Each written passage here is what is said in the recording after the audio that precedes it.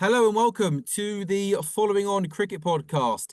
Sam Ellard and Double Ashes winner Steve Harmison bringing you today's episode, and it's on a historic day for England cricket as Joe Root becomes England's all-time leading run scorer in Test cricket. England closing day 3 of the first Test on 492 for 3. He needed 71 to get there. He got there, and then he pushed on, finishing not out on 176. He put on a special fourth wicket partnership with his Yorkshire teammate Harry Brook, who also scored an unbeaten 100. Brook going to the close on 141, not out. Crawley went out.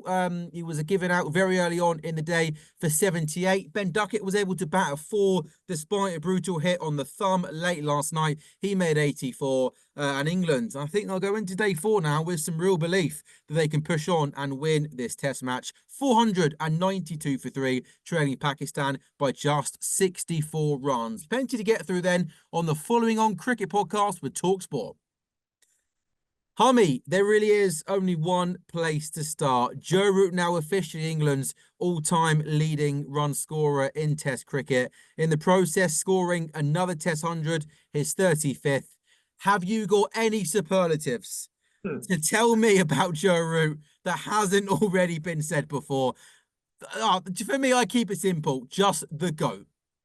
Yeah, he's unbelievable. I've always described him, and I've always tried to sort of like him, be as modest and as humble as you possibly can towards him, because that's the way he wants it. That's the way he likes it. You've seen him when he went past the Sir Alistair Cook milestone. He just put his hand in the air, didn't he? Acknowledged the crowd, acknowledged the small amount of people from the Barmy Army that came. There was no big fanfare.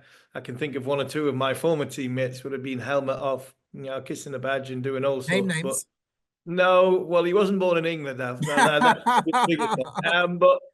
he would have gotten there.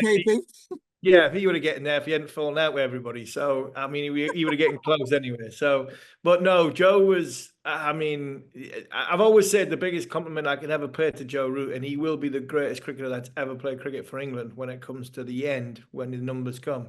He's a better person. He's a great person. Yeah, the person is far better than the cricketer. You say a better person than KP. Well, he didn't take much to do that. So, but no, only joking.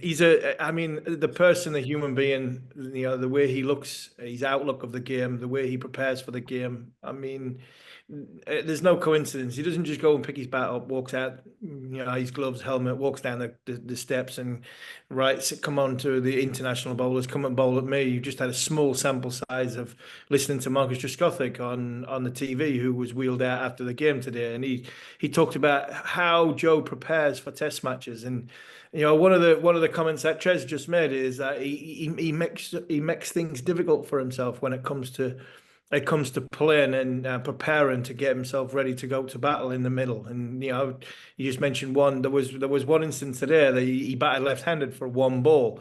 I mean, Trez says in India he was batting for 45 minutes and the net's left-handed just for that potentially of one ball to try and put the bowlers off. This is what he does. When you watch him, Sam, we've been on many like overseas tours, and you go out and watch, and sometimes the team doesn't even come out. I mean, some of the players don't even come out. But there's one thing you can rest assured: you could set your watch by him. An hour before the game, Joe comes walking out along with Paul Collingwood, and he's got his routine. He's got his way of preparing for a day's play, and that's hard work, and that's why he's got over 12,500 Test runs. That's why he's gone past Sir Alistair Cook, and he's got a chance. He has a real chance not only of winning a Test match in Pakistan. He's got a chance to do something I think he hasn't done, which is get a 100.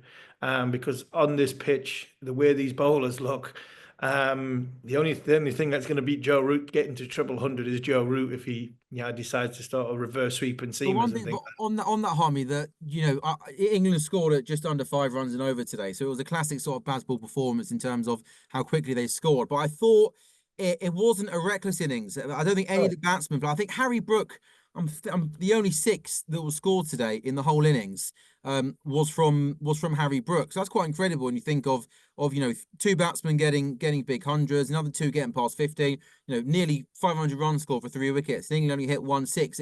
I thought the whole innings was a real sensible batting innings from England. There was no stupid reverse sweeps, there was no reverse scoops. It felt, despite going at 5 runs and over, they were in complete control throughout the day. Whereas in previous, bazball innings, as we know, it's been the complete opposite. Does this show once again this England team evolving? Dare I use the R word that keeps on being used, the word refinement? No, to be honest, I don't. I think when that was used in the summer, I think the easy comeback to that when people said, "Is it being refined?" I mean, no, they were just playing against average opposition, and that's not doing a disservice to them. They played against a couple of poor teams in the summer. I think this one was down to their bodies. I really do. I mean, can Harry Brook and Joe Root get cramp after they've getting 50 and 100 each? Because they never looked like getting out of second gear. They hit the ball beautifully all around the ground. Pakistan didn't have an answer, and you could say, that it would be so disrespectful to say that they didn't have to work hard for their runs, because the endurance that they had to use, their mental strength they had to use, the two of them, to get themselves in a position to keep going back at the end of each over after a drink and after a change of gloves, because the bodies were seizing up in just ridiculous extreme heats. That tells you, from a mental fortitude point of view, that was the better part of their innings, in their shot making and their decision making, hitting the ball around the ground. Pakistan's bowling attack looked toothless. Pakistan's bowling attack on this wicket especially looked as though they just had no answers whatsoever. But I think because of the way Joe's body was, and there was a lot of sort of cramp involved between the two, Brook and Joe, they didn't have to come hard at the Pakistan bowlers because of the surface that they were playing on, and the ball was just getting softer and softer. And it showed a different side of bazball, that you don't have to hit sixes and fours to just pierce the field, and run the ball around the ground. And I think because of that, I think that's what the difference was between a normal, what you say, a bazball 5 and over, to what was a complete and utter control of, I think, 6 balls every time the over was on. It was both of them in complete control. A word also for Crawley and Duckett. They didn't get hundreds, but they passed 50. Crawley back in the Test team for the first time since the West Indies tour. And also fair play to Ben Duckett, who took a nasty knock on his stump last night. He came in a bat of 484 from 75. We love Crawley and Duckett, don't we? I know Duckett didn't open in this innings, but they've probably since your days of Strauss and Cook, it's the best English opening partnership since then. If I'm now going to be really, really critical on both of them, in particular Ben Duckett, is the only frustration with Duckett, he looks so good, doesn't he? Passing 50, which is great, we'll take it. But is the only thing with Ben, you think you've got to be converting more of these 50s into hundreds. He deserves more hundreds, doesn't he? Especially when you look at the way he's played this summer. He's played some really good cricket, but probably hasn't scored anywhere near as many big hundreds, probably what his performances deserve. Yeah, that's a fair argument, and I think that's something that Ben will say he would want the next step to his sort of development on that side. But on the other hand, I will say, to counter that from Ben's point of view, we'll say, well, the reason why I got close to the 100 is because of the way I play. And I think that's the most important thing. A lot of people, I heard Ben Stokes say during the summer in an interview, I think, with Ian Ward at Chester Street, a lot of people say, oh, well, if they did this, you'd win more games.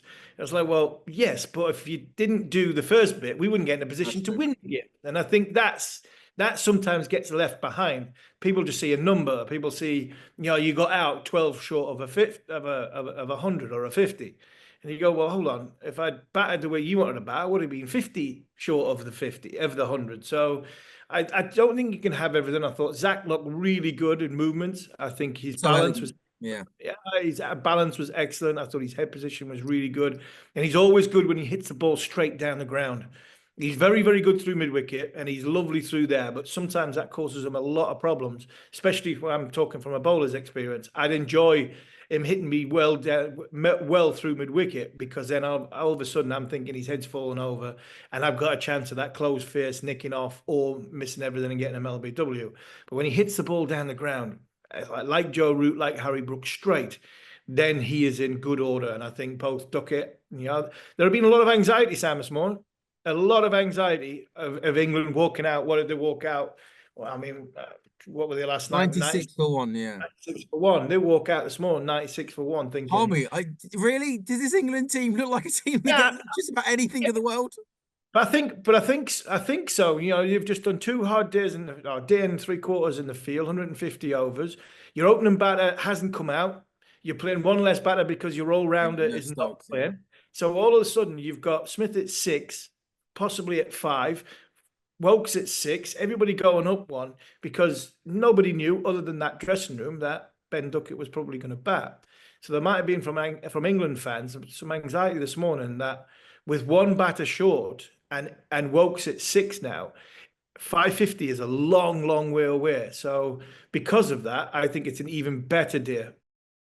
So, Harmy, looking at the scoreboard on paper, 556 plays 492 for three. It probably looks like that has to be a draw, but we know England back quickly, and we know that England can move the game on very, very quickly. We're going into day 4, England trailing by just 64 runs, 7 wickets in hand, 2 guys at the crease unbeaten on hundreds. Can England force a win?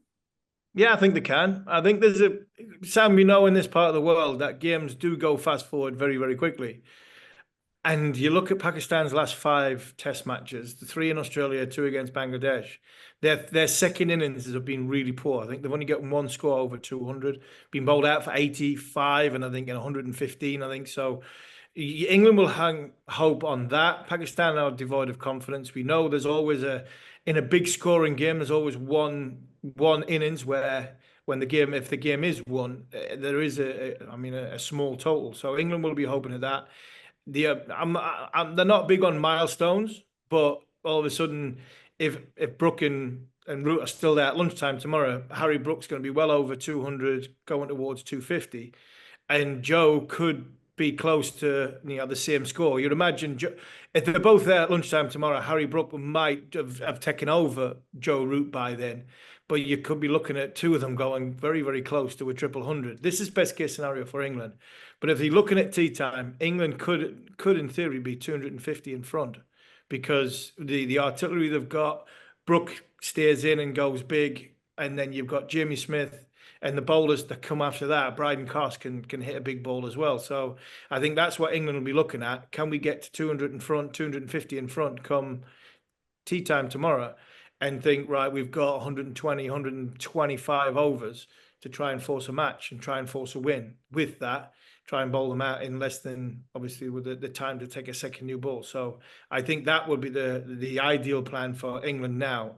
The worrying thing from a game point of view is if Brook and Root get out early and England get somewhere close to 550, 575, there's not much of a lead either way to think that we might be able to force a result in this match.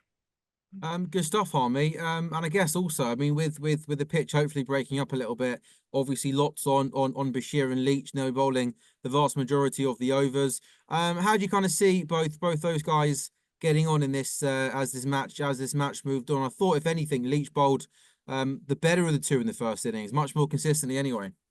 Yeah, Jack bowled more consistently. I think I was going to be critical of Ollie Pope's captaincy, which I thought he did really well in that first innings, is that he probably favoured Bashir over Leach, which I understood right at the very start. But I think in this part of the world, when you are playing 2 spinners, Jack Leach is your number 1 spinner. I mean, Bashir is probably going to be your bowler that's going to take wickets at the end of the game. But actually, at the start of the game, Leach is probably your number 1 spinner, number 1 man.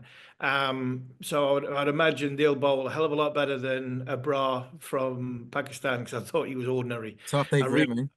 I really thought he was ordinary today. Largely down to the fact that the way England played. I still think they'll need a little bit more assistance. Still think they need a bit more turn. But like we've seen, the pitch hover, before day 3, them cracks are getting bigger. They're still outside off stump, but they're getting bigger. And if the footmarks from Shaheen Shah Afridi come into play, that might help Shoaib Bashir. But if them cracks start getting more developed, we've seen one ball at the end of Nadim Shah against Harry Brook, where he took it away, and then it hit the crack and it bounced over the top of off stump. So England bowlers will be hoping that comes into play, but they will need this surface does need to break up for Leach and Bashir to really, really be in the game. But another 2 days, I mean, end of day 4 and the sort of middle of the afternoon, day 5, we might be talking about a whole different surface, because that's what happens over in that part of the world. And by that time, hopefully England have got a lead of 150, 200 on the board. Yeah, well, at the moment, they trail by 64. England closing day 3 on 492 for 3. Root, 176 not out. Brook, 141 not out. The game is set up, hopefully, for an exciting finish. You've been listening to the Following On Cricket podcast. Harmy, thank you, as always. Why don't you go and get some sunshine now, mate, and enjoy yourself a bit. Good, you ex-cricket just live the life, don't you? I tried to, Sam. So I Oh, really, you didn't get a haircut for your holiday. Goodness me. there's no point. There's no point. Like lockdown and Steve Harmison hair. I know. Yeah, hey, yeah. Listen to that. Hey, I'm hoping this goes out. I mean, just sort of audio and not visually, because No, it will go out visually as well. Now you've got Wi-Fi, it will do. two good-looking lads on here, then, isn't there? So Like you're hiding that second chin of that. You got a shadow new you've got place on over there in Portugal or not? No. Well, I wish I no. would. Well, I'm in Lanzarote. So Oh, even better. No, we've only got one more day, so I'm not on the Following On podcast tomorrow. I will be back on Friday, hopefully with John Norman, to talk about what is a famous victory and a record-breaking week for Joe Root. Because I can't believe you haven't been playing in some of these golf tournaments. I've seen all the No. interviews there, Vaughan, KP. I mean, big it enough. was that important. Obviously, as we know, Jimmy didn't even bother going out to Pakistan for the beginning bit of it. Could you not have given the missus the kids for the holiday? No, I was never going to do that. It's your 25th wedding anniversary, Samuel, this week, so that's why we're out here. Congratulations. Thank you very much. What's the secret to a happy marriage? Absence makes the heart go fonder. She's behind me. She's listening, Sam, so she can hear what Hello, you're Mrs. Harmison. saying. Hello, Hayley. Hayley, how have you managed to put up with Harmy for 25 years? I'm not sure. Can't you hear? Haley, can you hear Sam? Sam's asking, how have you put up with me for 25 years? Because I go away a month at a time. Absence makes the heart go fonder. That's what happens. 226 Test wickets, 2 Ashes wins, and he's also the marriage counsellor, and that is why you should listen to the Following On Cricket podcast. What better way to finish, Harmy? We start by speaking about the GOAT, Joe Root, and now we start speaking about your wonderful marriage. 25 years, congratulations. More marriage advice on Friday's episode of the Following On Cricket podcast. On AM, on DAB, via the talkSPORT app and on your smart speaker. talkSPORT.